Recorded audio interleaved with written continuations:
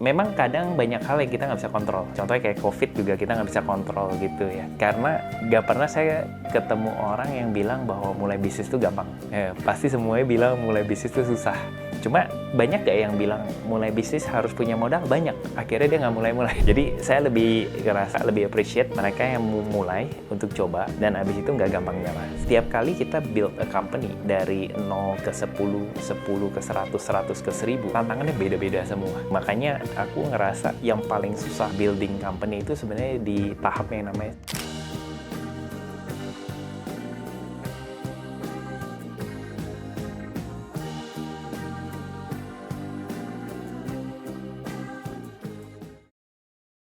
Nama saya Ryan Gondokusumo, sekarang ini umurnya 40, dan usahanya saya itu adalah jalanin company yang namanya 1000, di mana itu tuh adalah sebuah marketplace yang menghubungkan antara klien sama freelancer.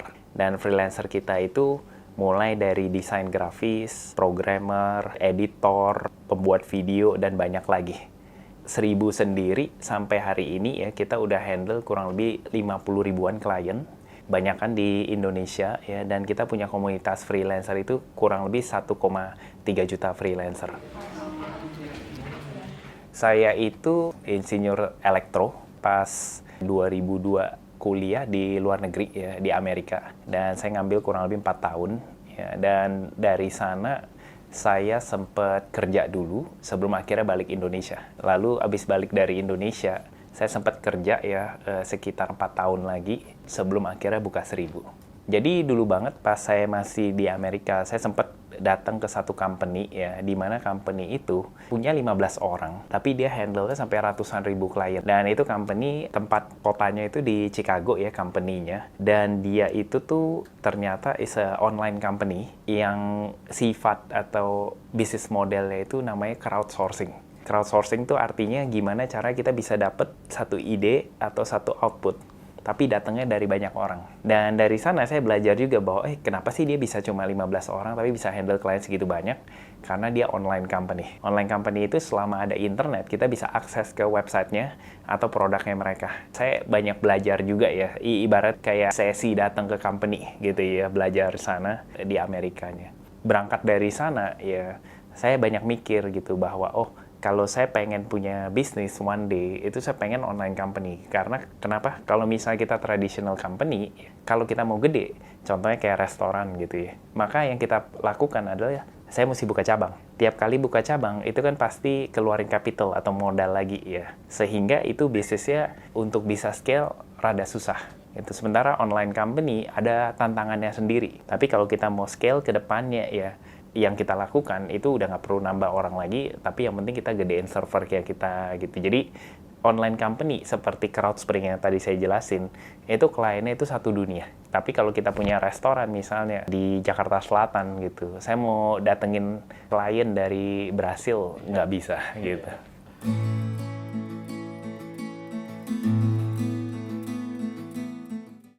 Jadi waktu itu tuh saya mulai ya kurang lebih modal sekitar 30-40 juta. Abis saya kerja di corporate company 4-5 tahun ya. Nah, abis itu saya langsung terjun buka 1000 ya. Nah tentunya waktu di awal buka itu banyak hal yang nggak tahu ya. Karena pertama kali ya jadi entrepreneur juga gitu. Jadi buat kesalahan tuh banyak banget. Dan dari sana jadi belajar. Dan juga motivasinya juga nambah. Jadi awalnya tuh pengennya sebagai insinyur kita build sesuatu dari yang nggak ada jadi ada. Dan habis itu lanjut ke gimana sih bisa bantu banyak orang. Nah semakin saya masuk ke 1000 dan kita dapat nih order masuk ke websitenya kita. Habis itu ada freelancer yang ngambil order itu sampai akhirnya dia dapat income dari sana. Contohnya jasa desain gitu ya, jasa buat logo gitu. Nah itu satu kepuasan tersendiri ya mungkin ya. Dan dari sana baru saya pikir gimana sih kita bisa lipat gandakan ini. Apalagi di Indonesia juga populasi segitu banyak. Cuma jumlah pengangguran waktu itu pun juga lumayan tinggi ya. Sampai 5-6% bahkan sampai sekarang gitu. Nah, mungkin itu yang sebenarnya jadi cikal bakalnya ya untuk nggak cuma bangun tapi mau grow ya. Jadi sekitar 6 bulan ya 1000 websitenya jadi ya. Waktu itu websitenya masih bener-bener jadul banget ya begini kita bilang ya. Halamannya tuh paling cuma 5-6 halaman.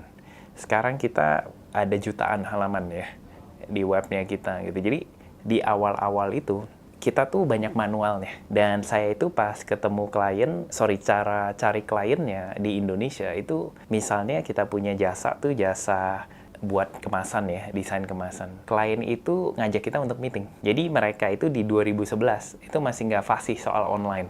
Online itu untuk cari info, tapi belum untuk transaksi. Jadi ya udah saya meeting sama klien ya, dia jelasin maunya desain kemasan kayak gimana, saya bantu inputin di websitenya kita. Jadi 100 klien pertama kayak gitu.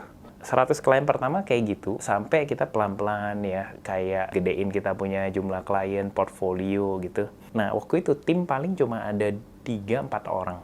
Terus di sekitar 8-9 bulan setelah itu, kita dapat pendanaan pertama. Pas dapat pendanaan pertama, di situ saya ibaratnya masih nggak ngerti apa-apa, cuma diminta untuk, oh ya udah mulai gedein tim. Pas kita gedein tim, maklum karena sendirian juga ya, jadi banyak melakukan kesalahan juga. Tim seperti apa yang kita mesti cari, tim seperti apa yang kita mesti didik gitu, nggak ngerti semuanya.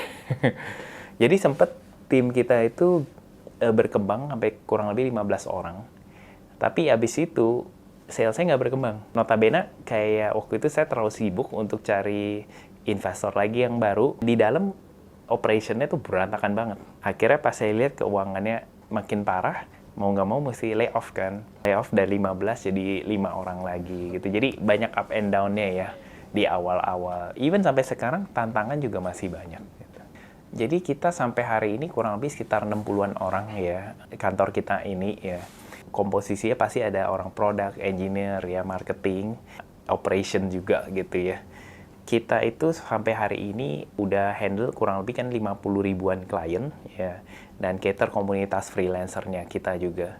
Nah, banyak kan dari mereka itu memang lebih banyak order di 1000 itu mulai dari jasa kayak desain grafis, buat website, aplikasi, maupun kayak buat video, audio, foto gitu. Ataupun kayak jasa-jasa marketing lainnya.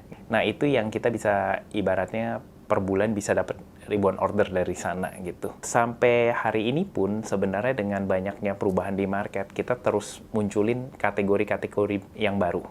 Sampai hari ini di 1000 kurang lebih tuh ada sekitar 200-an subkategorinya.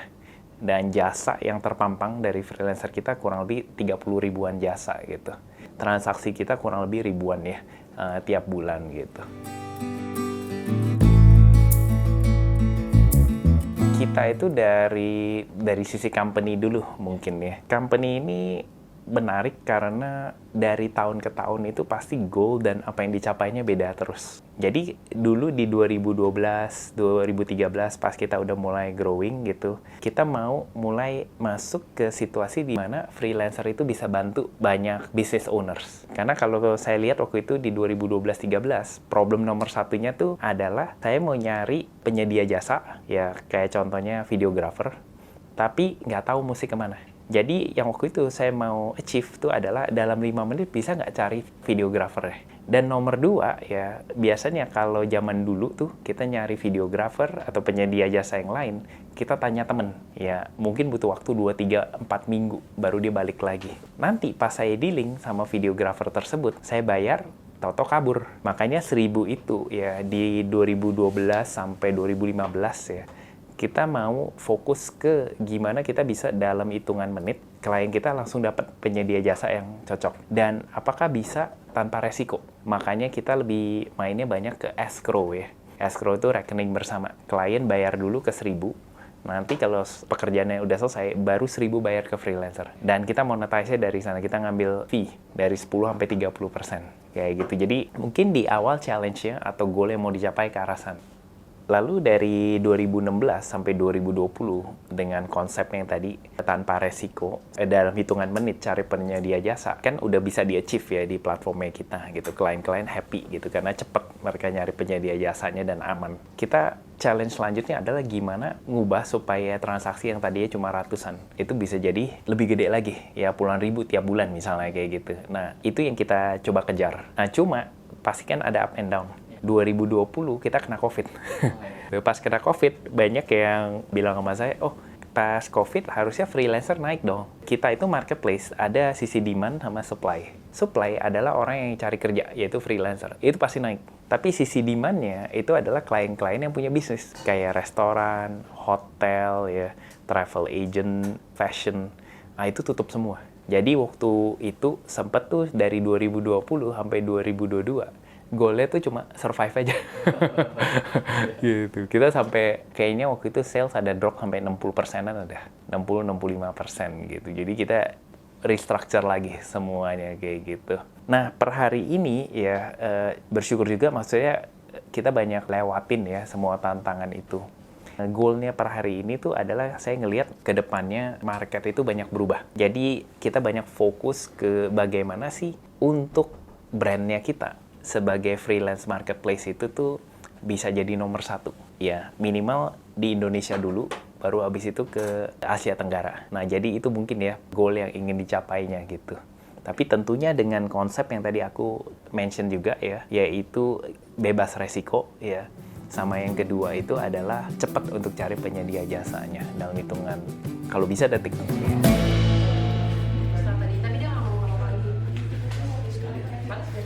Kayaknya kalau saya bisa ya share satu kata yang lumayan penting, kita sebagai entrepreneur tuh persistency ya. Kayak aku ngerasa ada banyak momen yang dimana tuh kita susah banget. Kayak udah ibaratnya apa ya, mau jalan tapi tough, selalu ada cobaan. Tapi kadang saya penasaran orangnya, kayak masih bisa deh, kayak ada jalan keluarnya deh. Menurut saya itu hal yang setiap entrepreneur perlu punya sih menurut saya gitu, untuk nggak gampang nyerah. Memang kadang banyak hal yang kita nggak bisa kontrol. Contohnya kayak COVID juga kita nggak bisa kontrol gitu ya. Kuncinya tuh adalah pertama ngecoba dulu. Kalau nggak coba kan nggak pernah tahu.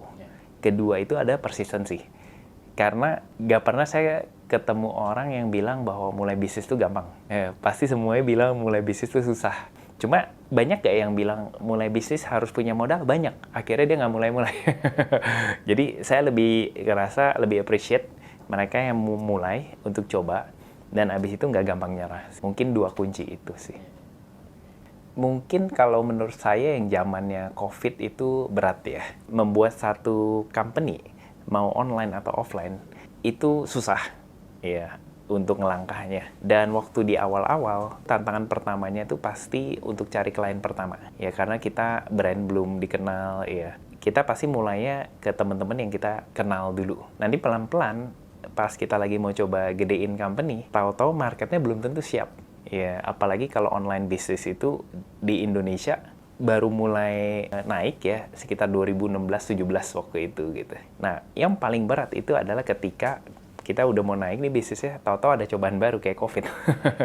Gitu. Nah, itu lumayan tuh, hampir 1,5 tahun atau 2 tahun ya, kita itu stagnan nih. Sempet company juga banyak layoff orang ya, mau nggak mau, karena kita punya sales itu juga turun 65% gitu. Jadi, the company has to survive ya, dan karena keadaan seperti itu, maka kita ngambil keputusan yang susah. Dan moving forward, tiap kali kita build a company dari 0 ke 10, 10 ke 100, 100 ke 1000, tantangannya beda-beda semua. Tuh, makanya aku ngerasa yang paling susah building company itu sebenarnya di tahap yang namanya scaling. Scaling itu adalah begini, kayak misalnya saya dari 0 ke 100 klien, ya, ada cara A gitu. Tapi dari 100 ke 1000 klien, cara A ini udah nggak bisa dipakai. Kita harus pakai cara B. Tapi cara B itu mungkin keluarin duit banyak. Kita siap nggak untuk keluarin itu? Karena bisa jadi udah keluarin duit belum tentu berhasil. Nanti udah dapet nih di scale 1000 gitu ya. Dari 1000 ke 10.000, beda lagi. Kita mesti cari investor misalnya. Nah, jadi kita harus belajar terus. Makanya menurut saya kalau kayak kita jadi entrepreneur ataupun profesional ya, di titik dimana kita stop belajar, itu sebenarnya udah susah. Nomor satu, karena waktu itu marketnya itu nggak ada, ya kan turun salesnya. Jadi kebutuhannya dari klien kita itu nggak ada tiba-tiba. Semuanya ikat pinggang gitu. Jadi mau nggak mau kita harus restructure. Waktu itu kita kayaknya ada dari 35 orang, sisa sekitar 13 atau 14 orang deh kalau nggak salah. Saya coba inget-inget ya. Cost cutting nomor satu. Nah, setelah cost cutting ya kita kayak di manajemen juga sama, nggak ngambil salary sama sekali gitu, karena harus pasang badan lah ya.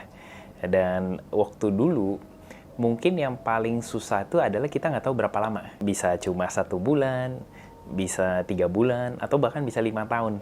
Hidup di situasi yang ketidakpastian tuh paling susah. Nah, makanya waktu itu semuanya kan dari rumah gitu. Pelan-pelan saya mulai pikirin adalah, oke, kalau misalnya orang pada di rumah, ya mereka itu bisa do bisnis apa. Jadi benar-benar coba untuk understand market yang baru ini kayak gimana pas COVID gitu. Sambil kan kita tunggu berita terus kan.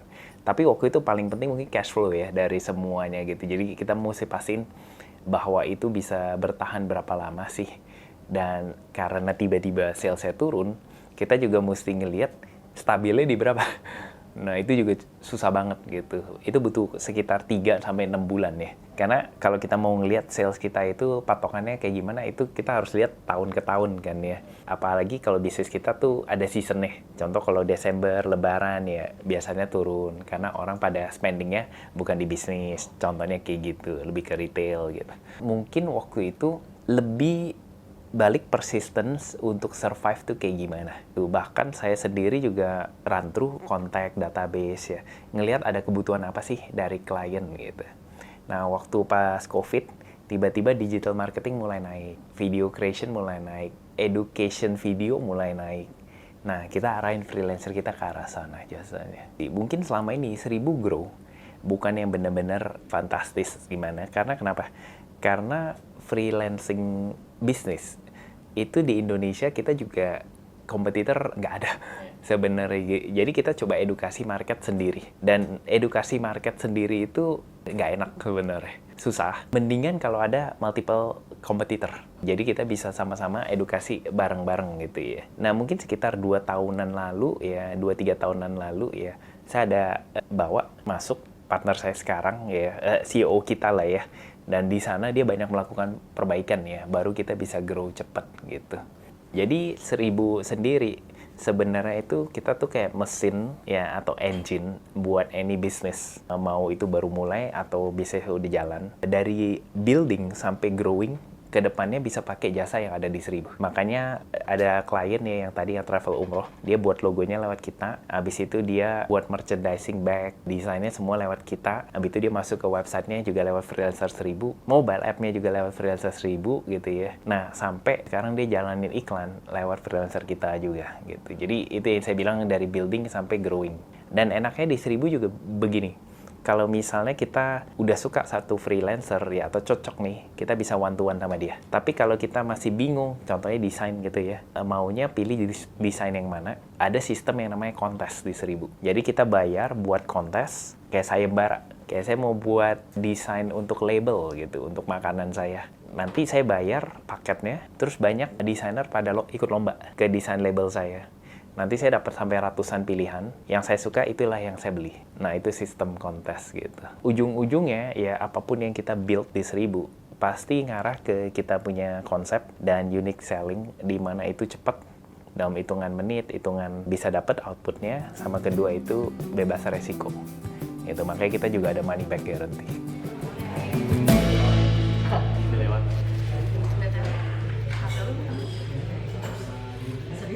Untuk 1000 ya, harapan kedepannya mungkin kita pengen tetap growing, kita punya transaksi. Dan juga harapan kedepannya itu kita pengen bantu kita punya freelancer, komunitas freelancer kita supaya dapat income lebih tinggi lagi.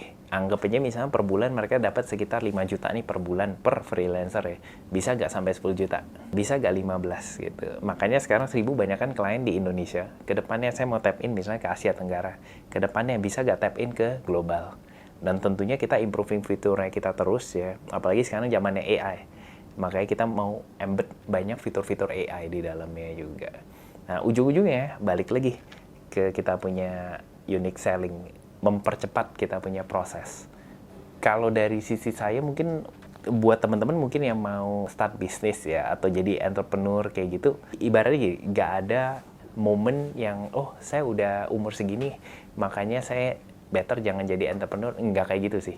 Menurut saya kalau coba aja tuh udah sukses gitu. Kita nggak peduli ya hasilnya jadi atau nggak jadi, gitu. Sukses atau nggak gitu. Tapi kalau nggak coba sama sekali, nah nanti kita pasti menurut saya malah suatu kemunduran ya. Kalau misalnya kita memang ada keinginan untuk coba, mendingan kita coba dan itu udah setengah dari sukses ya, mungkin kayak gitu. Being entrepreneur ataupun profesional dua-duanya sama susahnya. Ya tantangan selalu ada, target selalu ada gitu ya. Yang penting kita juga udah berusaha semaksimal mungkin. Belajar sih daripada situ. Gitu. Jadi outcome penting, tapi kalaupun berhasil atau nggak berhasil, yang penting kita udah coba ya. Bukan cuma nggak penasaran ya, tapi menurut saya ketika kita coba, banyak hal yang kita bisa belajarin. Dan nggak cuma ngebantu kita di bisnis, tapi ke pribadi juga gitu.